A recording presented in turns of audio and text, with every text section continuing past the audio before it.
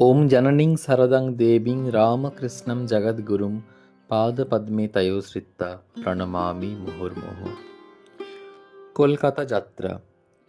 শ্রী শ্রী ঠাকুরের ভোগ হইলে সকলের আহারের পর প্রকাশ মহারাজের কথা মতো স্থির হইল সন্ধ্যা 6টার পূর্বে তাহাদের রাত্রির খাবার আমরা প্রস্তুত করিয়া সঙ্গে দিব।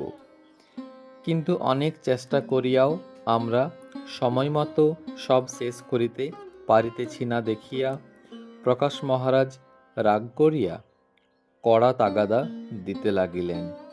তাহাতে রাজেন্দা বলিলেন, বেশ তো, এদের দিয়ে আপনি রওনা হন, খাবার তৈরি করে যত দূরে হোক আমরা আপনাদের কাছে পৌঁছে দিয়ে আসব। শ্রী শ্রী মা এই সকল গোলমাল শুনিতে পাইয়া প্রকাশ মহারাজকে বলিলেন, প্রকাশ, তুমি মাথা গরম করে সকাল থেকে এত রাগারাগি করছো কেন? এ আমাদের পাড়া গাঁ। কলকাতার মতো এখানে কি সব ঘড়ির কাঁটাটি ধরে হয়ে ওঠে? দেখছো না সকাল থেকে ছেলেরা কি খাটাই খাটছে?